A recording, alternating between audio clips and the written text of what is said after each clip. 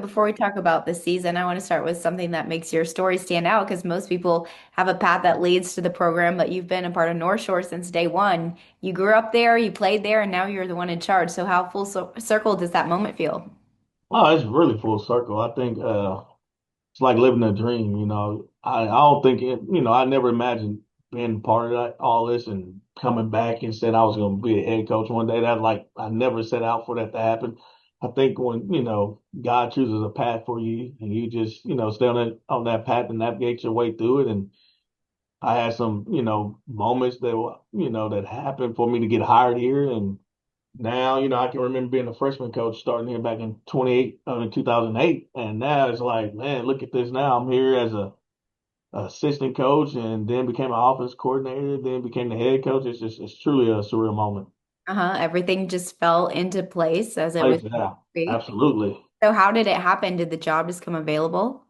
Well, I think one of the things was, as far as getting here and getting hired, when I got done playing, I think that all happens, I was just in the right place at the right time. I was really just coming up here to visit the coaches and see them and get some rehab and get treatment in because I was actually hurt.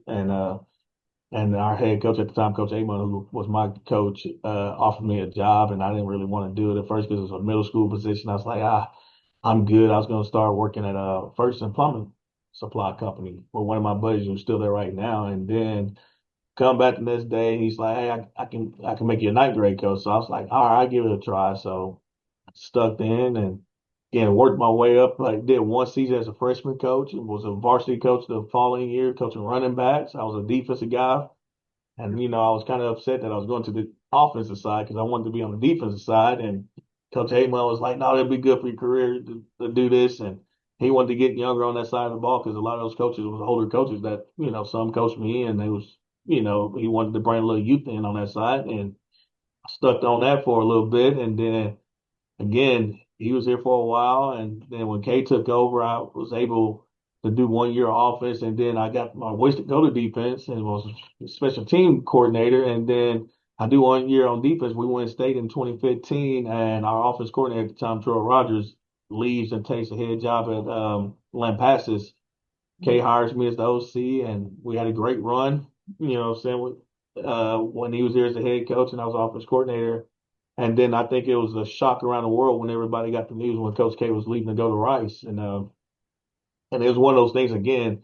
It wasn't nothing we all saw that was going to happen. It wasn't like he's been planning this and stuff like that. I think the opportunity fell into his lap. He kind of done so much here in the high school level, and not just at the high school level, but so much here in North Shore. John K. name on the east side is just it's like the governor of the east side. Everybody knows him, everybody loves him, everybody respects him. He've coached so many kids, parents, uncles, brothers and sisters and stuff. So it was one of those things when he did decide to make that jump. I think it was good for him as well. He needed a change. He wanted a new challenge, and he's getting that now at Rice for sure. Um, but again, it was one of those processes where, Coach Cross, who's on the staff for a very long time, got here in the '03, started off at the middle school when I feed the middle school, worked his way up. It was one of those deals where I was good if Coach Cross would have got this job and I was still the OC, and I think he felt the same way. And Coach Cross really loves coaching defense and he loves doing what he's doing on that side of the ball. That it kind of fell in my lap that way, where the higher ups, you know, brought me in and told me they was going to give me the job, and they didn't drag their feet with it. It was like a very fast, like it happened so fast. Like talked to Kay like on that Monday and Thursday, he's telling me he's taking the job. When he calls me Friday, I'm meeting with the bosses about taking this. And Monday, do we announce it on Monday or do we just let Kay come? That I wanted it to be for Kay to announce to the kids that hey, he was leaving. And I could wait one more day. It was not like I was in the rush to be named the head coach, so they announced me on that Tuesday.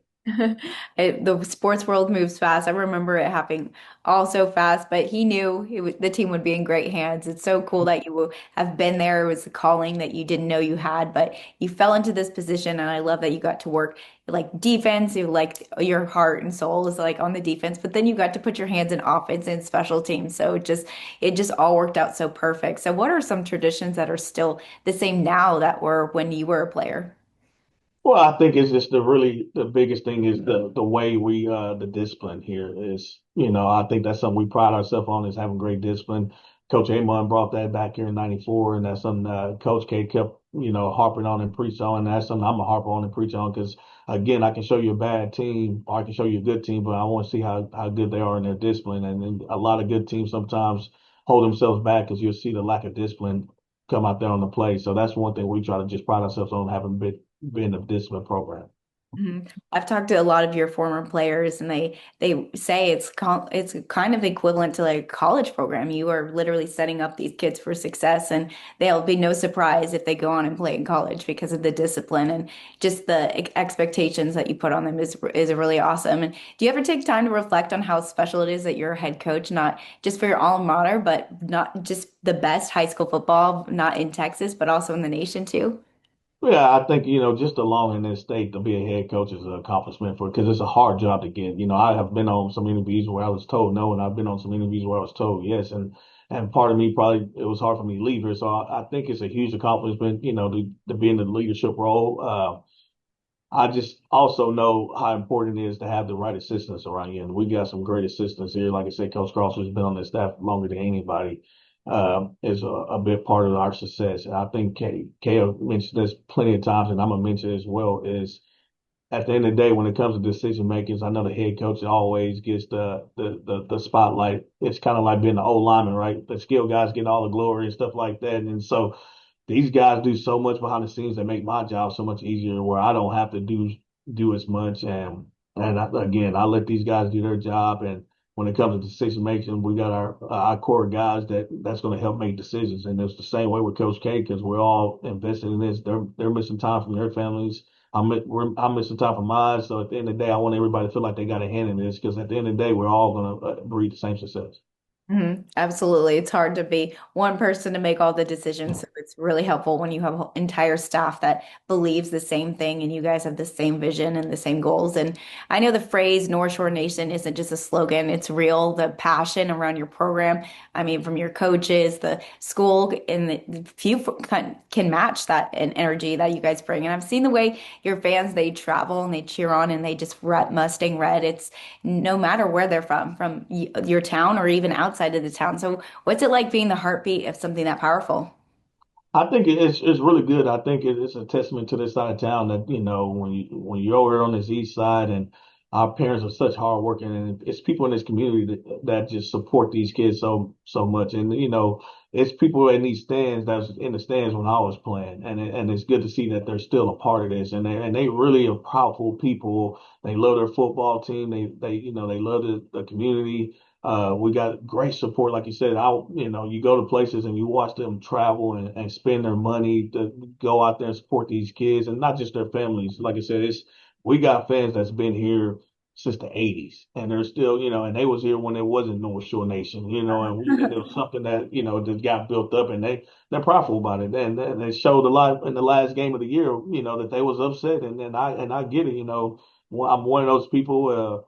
When it comes down to it, people get all upset because the fans are booing and stuff like that. That's what they pay their money for. At the end of the day, I get it. I don't take it to heart. I don't let it bother me. But again, it shows that they was upset with the way that the season ended because at the end of the day, they want to win all the time. And of course, nobody wants to win more than these kids and the coaches have invest so many times. So again, it's a great sense of pride to be a part of this. We know the expectations as coaches and again, our expectations sometimes it ain't always equivalent to state championships, but a successful season is a successful season if you reach the goals that you thought you should reach.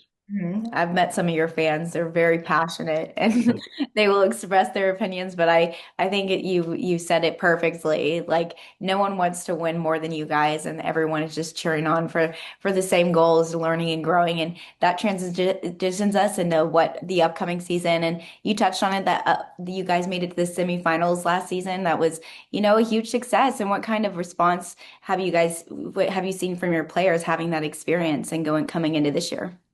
Well, I think, we always try to build on that, just getting better. And that's our mantra that we preach is, are we getting better? And even some of the kids that left understood the things we was harping on because that we could practice wasn't up to the standard of what North Shore practice should look like. And it was guys, and part of this coaching staff, it's our job to make sure we get it up to that standard. And, sometimes you're still dealing with high school kids. And So, we're not out on no revenge tour. At the end of the day, our job is to let's get through this summer right now because that's the most important thing we got in front of us. The season's going to be here. We all know the season's going to be here, but let's make sure we get a great summer workout in to get ourselves going for the start of the season and see where everything comes from there. Because, right now, there's a lot of coaches all across this nation, not just in the state, that's happy right now because nobody's played a game and everybody's undefeated right now. Right. Yeah, I like that. I like that. Just focus on the now right now because that's really all you can control is getting your team faster and stronger and just preparing them for a long, grueling season. And talent is a given in your program, but what do you think so far you've seen? It's early in the summer, but what do you think right now is the edge or the standout quality this 2025 team will bring to the table? Well, you got a bunch of guys that they are hungry and they're doing a good job. They're here every day. They're dedicated. Again, we try to get them on the routine. So I think it's one of those things. There's a lot of unanswered questions that's still about these guys. But again, it's been North Shore versus North Shore right now throughout the spring and the summer. So just watching these guys compete and being humble. Some guys that are really good being humble, and some guys that having stepping up and getting validation. So I think that's the give and take right now is we got a lot of humbling going on and we got a lot of people getting validating as well. So when you have that amongst your team, you're gonna have a chance. Absolutely. I like that a lot. And so this off season, what's been the main focus for the off season for your players?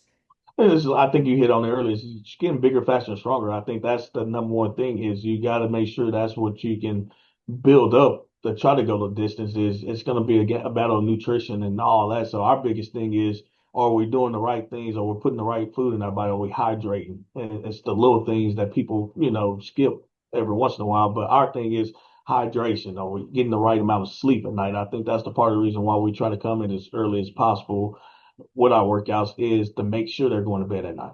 Because now it's going to be hard to come out here in the summer heat and go through a workout if you've been up all night and you're not properly sleeping well, and if you're sleep deprived and if you ain't eating right. So that's the biggest thing for us is right now is truly getting these guys ready to play a grueling long season.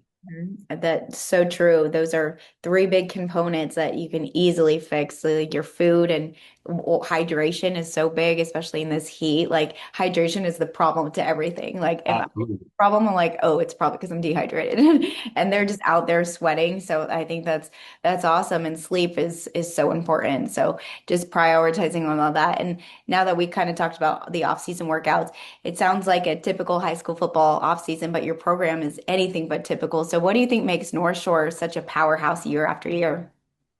Well, I think the kids know the standard's the standard. Sorry, it's a bunch of things that we're going to do, and that's the standard of the program. And it doesn't matter who you are, you from the no-star athlete to the four-star athlete to the five-star athlete. Everybody is going to do the same thing to be a part of this. And I think when you have a program like that, when you got transparency throughout your program, and everybody know what the rules are, and everybody falls in line with the rules, and I think it shows all these kids that this is our expectations of what they need to be doing. So I think that's one of the things that help us. Like I said, the discipline part of everything, and being physical. We want to be a physical team, and we want to be disciplined. And again, everybody's going to do the same work. Absolutely. I like that. You set the standard and then the ceiling is limitless. That's great. Well, before we wrap things up, we're going to do some quick rapid fire questions with you just to get to know you a little bit better as coach. Yes, All ma'am. right. This first one is what's one word to use to describe your coaching style? Ooh, passionate. Passion. Oh, I like it. Who has been your biggest football inspiration? Oh man, I'm a Coach A Money John K. How is both of those guys? Yeah, that's perfect. I love it. And how do you unwind after a stressful week? I think to me it's just really been home with my family because I miss so much time away from being home because of the job demands. So I just love really being at home. I like that. Well, we touched on when your athletes come in, but what do you typically get into the office? When I typically get in the office, that coffee pot back here. That's the first thing it's going to do. I'm gonna make me a cup of coffee. I'm Right. gonna log on my computer and just start checking emails and see what's going on. Right. Get all the office work done. All right. Next one. Bucket list stadium you love to coach in. Ooh, bucket list game I would love to coach in. I've coached some good ones. I've been a part of coaching some good ones. I think it'd be fun to go coach in DK. Is it DK Royal Stadium in UT Austin? Oh, I believe so. Yeah, Yeah, that would be yeah, cool. or, yeah, that'd be pretty cool to coach a game in there. Uh-huh. Well, it would probably be, it's in Texas, so Yeah, we'll hopefully manifest and make it happen. All right, two more. If you weren't coaching, what would you be doing? probably a salesman. Oh, okay. Okay. And last one, a fun fact about you. Fun fact about me, I don't know. I like to golf. Oh, that's a fun fact. How often? You probably not I much. don't get to go as much as, but I think it helps me out because I don't go as much. But every time I do go, I actually play pretty well. So Ah. probably playing worse when I was going all the time. Uh-huh. It's like the overthinking. That's what I think. Exactly. Overthink everything. I'm like, maybe if I just, not care as much, I'll do better off.